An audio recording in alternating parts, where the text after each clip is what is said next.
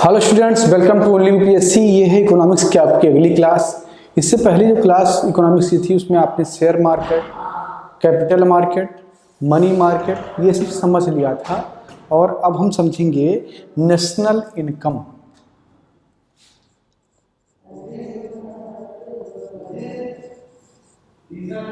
National income Hindi में इसे कहते हैं राष्ट्रीय आय। क्या कहते हैं? राष्ट्रीय आय कहते हैं। अब राष्ट्रीय आय निकालने की कई सारी विधियां हैं, ठीक है। उनमें से जो सबसे उपयुक्त और महत्वपूर्ण विधि है उसे कहते हैं उत्पादन विधि।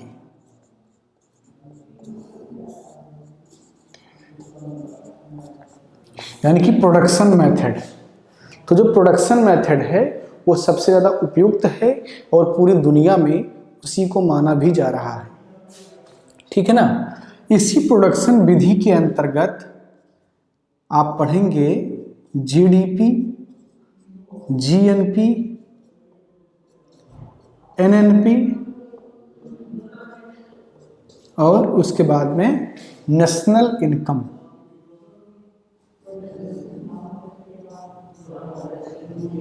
ठीक है ना, नेशनल इनकम। इसी विधि से पूरी दुनिया का नेशनल इनकम निकाला जाता है। तो आज के इस क्लास में हम समझेंगे जीडीपी क्या होता है, ठीक है। चलो क्लास शुरू करते हैं और समझते हैं कि जीडीपी क्या होता है। ये सब कनेक्ट होगा नेशनल इनकम से, किस प्रकार रिलेटेड है ये सब आपको समझ में आएगा।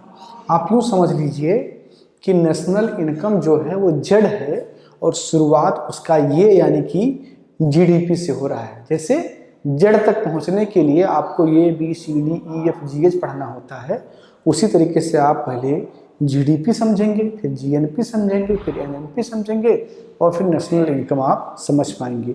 ये प्रोडक्शन मेथड है, ठीक है ना। तो हेडिंग आपका होगा जीडीपी।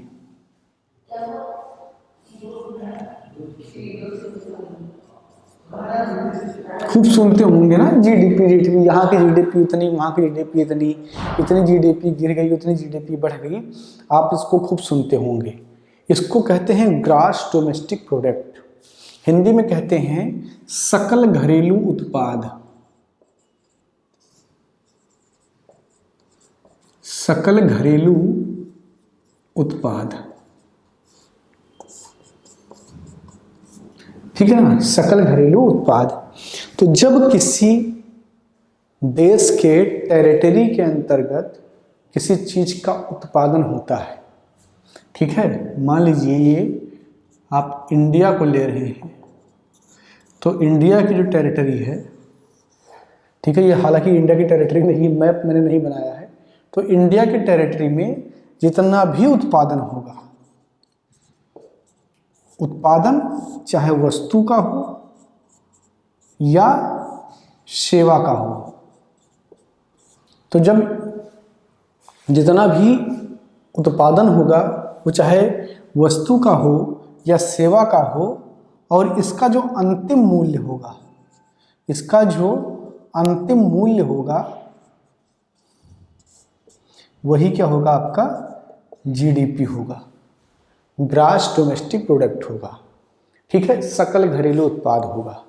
अब यहाँ पर समझने वाली दो तीन चीज है कि देश के अंदर जब किसी चीज का उत्पादन होता है तो उसमें अगर ओपन इकोनॉमी है, यानी कि खुली अर्थव्यवस्था है, तो बाहर की भी कंपनियां होती हैं और देश की भी कंपनियां होती हैं, सरकारी कंपनियां भी होती हैं, प्राइवेट कंपनियां भी होती हैं। तो क्या जीडीपी में केवल देसी कंपनियों को शामिल किया जाता है या विदेशी कंपनियों को भी शामिल किया जाता है, या सिर्फ सरकारी कंपनियों को कंसीडर किया जाता है? ये सारी चीज आपको समझनी है, ठीक है ना। तो सकल घरेलू उत्पाद में होता क्या है कि एक देश के बाउंड्री के अंतर्गत, चाहे वो देसी कंपनी हो या कोई बाहर की कंपनी हो या कोई भी प्राइवेट या सरकारी कंपनी हो, उसका जो कुल उत्पादन होता है सर्विस का या वस्तु का, उसके अंतिम मूल्य को जोड़ करके जो एक बनता है मूल्य, वही होता है सकल घरेलू उत्पाद। ठीक है, ग्रॉस डोमेस्टिक प्रोडक्ट। इसमें बाहर की कंपनियों के द्वारा किए गए उत्पाद को भी सम्मिलित किया जाता है। क्या यहाँ पर एक सवाल है कि जीडीपी के आधार पर ही दुनिया भर की अर्थव्यवस्थाओं को छोटा या बड़ा कहा जाता है। जीडीपी के आधार पर ही यूएसए दुनिया की सबसे बड़ी अर्थव्यवस्था है, फिर चाइना है। ठीक है, तो क्या ये कहना सही है कि चूंकि जीडीपी में बाहर की भी कंपनियां होती हैं, जैसे अगर यूएसए में सबसे ज़्यादा यूएसए का जीडीपी है तो वहाँ जो कंपनियां काम कर रही हैं वो कुछ बाहर की भी कंपनियां हैं, तो क्या वो वास्तविक आय होता है? नहीं, वास्तविक आय होता है नेशनल इनकम। जीडीपी क्या है? एक मानक बना दिया गया है, वो वास्तविक आय किसी देश का नहीं होता है। ठीक है ना। चलिए, इसमें कुछ चीज़ें और हैं जिसको आप समझ लीजिए। तो जीडीपी में होता क्या है कि जैसे मान लीजिए आप एग्जाम्पल के लिए एक हम एग्जाम्पल वस्तु का लेते हैं और एक एग्जाम्पल हम सेवा का लेते हैं। वस्तु में आप एक कार निर्माण को ले लीजिए,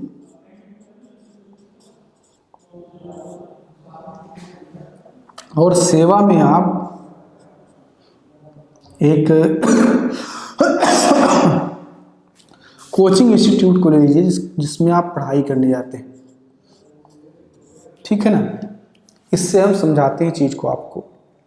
ठीक है, तो वस्तु निर्माण यानी कि वस्तु के उत्पादन में तो एक कार है जिसका निर्माण करना है। मान लीजिए कोई कंपनी है जो कार बनाती है, कंपनी का नाम कुछ भी हो, लार्सन एंड टर्बो हो सकता है, हुंडई हो सकता है।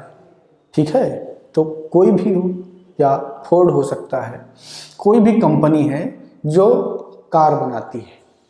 ठीक है, अब कार बनाने के लिए अलग अलग सामानों की ज़रूरत होती है, जैसे पहिया, स्टीयरिंग, लाइटिंग, उसका जो रूफ टॉप है, इंजन।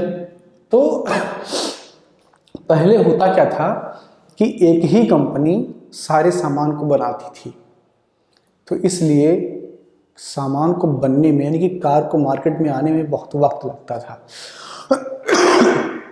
आप कल्पना कीजिए कि एक ही कंपनी एक नॉर्मल से नेट से लेकर के और कार के इंजन, उसके बोनट सबको बनाए तो कितना वक्त लगेगा। सर हेनरी फोर्ड एक कंपनी है कार की, जिसे आप जानते हैं। सर हेनरी फोर्ड एक बार एक शेल्टर हाउस में जाते हैं मांस खरीदने के लिए, तो वहां पर उन्होंने देखा कि मांस को काटने वाला अलग है, उसको साफ करने वाला अलग है, गंदगी को हटाने वाला अलग है, और उसकी पैकिंग करने वाला अलग है, बिलिंग करने वाला अलग है। यानी कि एक ही काम को करने के लिए कई अलग अलग डिपार्टमेंट बना दिए गए हैं, और उनको बड़ा वो एक मैनेजिंग तरीका लगा कि बहुत अच्छे से वो मैनेज हो रहा है।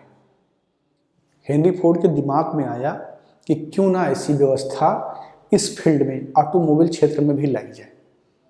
तो सर हेनरी फोर्ड को ही असेंबलिंग का जन्मदाता कहा जाता है। असेंबलिंग का मतलब ये होता है कि कोई कंपनी जो कार बना रही है, जैसे मान लीजिए टाटा ही है, तो टाटा क्या करती है, इंजन का निर्माण करती है, टायर वो एमआरएफ से खरीद लेगी, लाइटिंग फिलिप्स से कर लेगी, रूफ टॉप किसी और कंपनी से कर लेगी, नेट किसी समथिंग कंपनी से खरीद लेगी। ठीक है, तो अलग अलग कंपनियों से वो खरीद लेंगे और उसको ला करके जोड़ देंगे, और जो गाड़ी बन करके तैयार होगी वो टाटा के नाम से मार्केट में बिकेगी। ठीक है ना। तो ये तरीका अपनाया गया सर हेनरी फोर्ड के द्वारा। अब यहाँ पर जो समझने वाली बात है, मैं इसको जीडीपी में क्या समझा रहा हूँ आपको। तो मान लीजिए एमआरएफ टायर है, तो एमआरएफ टायर जब बन रहा है तो उसका भी एक उत्पादन लागत है, वह भी अंतिम वस्तु के रूप में तो निर्गत हो रहा है। लेकिन जब वो जाकर के किसी के कार में लग जाता है तो अंतिम उत्पाद किसका माना जाएगा? इस पूरे गाड़ी का माना जाएगा। ठीक है ना? फिलिप्स की जो लाइट लगी है वो भी क्या है? अंतिम उत्पाद है। आप एक गाड़ी फोर्ड का खरीदते हैं तो उसमें भी आपको एमआरएफ के टायर मिल सकते हैं, और एमआरएफ के टायर आपको मार्केट में भी मिलते हैं। तो जब आप एमआरएफ का टायर उस पर्टिकुलर गाड़ी के साथ खरीदते हैं तो क्या होता है? वो उसी के मूल्य में ऐड होता है। लेकिन जब आप वही टायर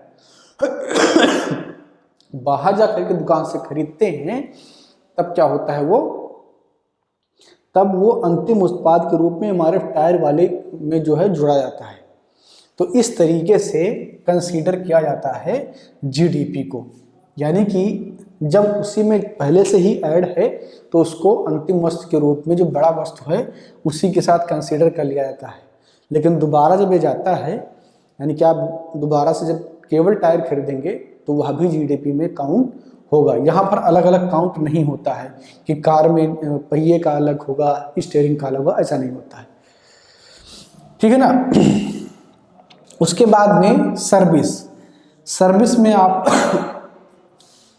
डॉक्टर से परामर्श लेते हैं, अस्पताल में जाते हैं, आप कोचिंग ज्वाइन करते हैं कंपटीशन की तैयारी करने के लिए, स्कूल की फीस देते हैं, नाई से बाल कटवाते हैं, सैलून में जाते हैं, ये सब सर्विस में आते हैं।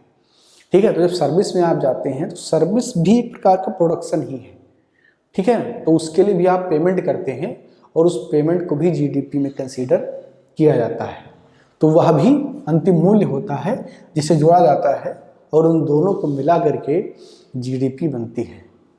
लेकिन एक चीज़ यहाँ पर ध्यान ये देना है कि जैसे मान लीजिए ये कार है और इस कार के मूल्य को, अंतिम मूल्य को जीडीपी में सम्मिलित कर लिया गया, लेकिन जब ये कार बाहर आई और कुछ समय बाद ये बिक गई, पुनः बिक गई, होता है second hand car, third hand car, तब उस वक्त इसके मूल्य को जीडीपी में कंसीडर नहीं किया जाता है। तब इसका मूल्य जीडीपी में कंसीडर नहीं होता क्योंकि इसका कोई आंकड़ा नहीं होता है। मान लीजिए मैं कार खरीद करके लेके आया, तो जब मैं खरीद करके ले आया तो मैं किसी कंपनी से लाऊंगा, बड़े कंपनी से, उसका डेटा होता है, सरकार के पास जाता है, वो जीडीपी में कंसीडर होता है। मैंने उठाकर किसी तीसरे व्यक्ति को बेच दिया तो सरकार को थोड़ी पता कि अमरीश शुक्ला ने किसी को अपनी कार बेची है, तो वो जीडीपी में कंसीडर नहीं होता है। तो इसके लिए कई और मैकेनिज्म भी बनाए जाते हैं जिससे सरकार आंकड़ा निकालती है। तो ये है आपका पूरा जीडीपी। जीडीपी के बाद में आपको जीएनपी समझना है और उसके बाद में एनएनपी, फिर नेशनल इनकम। जब आप जीडीपी में से जो बाहर की कंपनियां हैं उनके मूल्य को निकाल देंगे तो ग्रास नेशनल प्रोडक्ट बन जाएगा।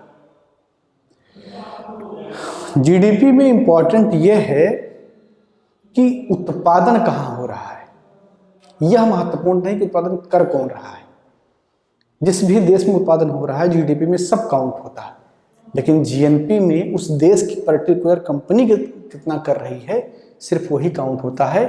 बाहर की कंपनियों का मूल्य घटा दिया जाता है और जो देश की कंपनियां बाहर से कमा रही होती हैं उनको ऐड कर लिया जाता है, तो वो जीएनपी बन जाता है। ठीक है ना? तो इसको थोड़ा विस्तृत रूप से आप अगली क्लास में समझेंगे, जहाँ पर आप एनएनपी भी समझेंगे और उसके बाद में नेशनल इनकम समझेंगे। थोड़ी सी मेरी तबीयत नासाज है इसलिए क्लास छोटी हो रही है। मैं कोशिश करूँगा कि अगली क्लास बड़ी हो और आपको ज़्यादा कंटेंट उसमें मिल सके। उम्मीद करता हूँ कि आप हमारी इस समस्या को समझेंगे। तबीयत खराब है फिर भी मैं क्लास नहीं बंद कर रहा हूँ, क्योंकि कुछ भी जाए पढ़ाई होता रहे, बंद ना हो। और अब लगातार देख ही रहे हैं कि मैं खांसी की वजह से बीच बीच में आप दिक्कत होती है पढ़ाने में, लेकिन बंद नहीं कर रहा हूँ। आपकी सपोर्ट की ज़रूरत है, आप भी लगातार बने रहिए। जब विषम परिस्थितियाँ हों तो आप हमारे साथ खड़े रहिए और हम आपके साथ हमेशा खड़े रहते हैं, विषम परिस्थिति हो चाहे सम परिस्थिति हो। तो क्लास को लाइक करते रहिए, शेयर भी कर दीजिए, और अगर कुछ समझ में ना आया हो तो पूछ लीजिए। Thank you. मैं मानस मिश्रा, द न्यूज ओशन का मैनेजिंग डायरेक्टर, आपके लिए एक ऐसी पत्रिका पहली बार आई है जो सिर्फ सच दिखाएगी। कृषि कानूनों पर मचा है घमासान, हो रही हैं मनगढ़ंत बातें। मैं अंकित मिश्रा, पढ़िए मेरा आर्टिकल इस मैगजीन में फैक्ट के साथ। यूपीएससी के एस्पायरेंट समझे हर मुद्दों को गहराई में जाकर के। इस नए लेख में आपको मिलेगा नए संसद भवन के निर्माण से संबंधित सारी जानकारी। मैं विशाल यादव, अब तक आप लोगों ने हमें टीवी पे देखा, लेकिन अब हमारे लेख आपको दिखेंगे इस मैगजीन में। मैं Ranjit Prasad, reporter the news ocean. हम आपको दिखाएंगे किसान आंदोलन के बीच में जिहादी कांड। सब्सक्राइब करें द न्यूज ओशियन, खबरों का समंदर।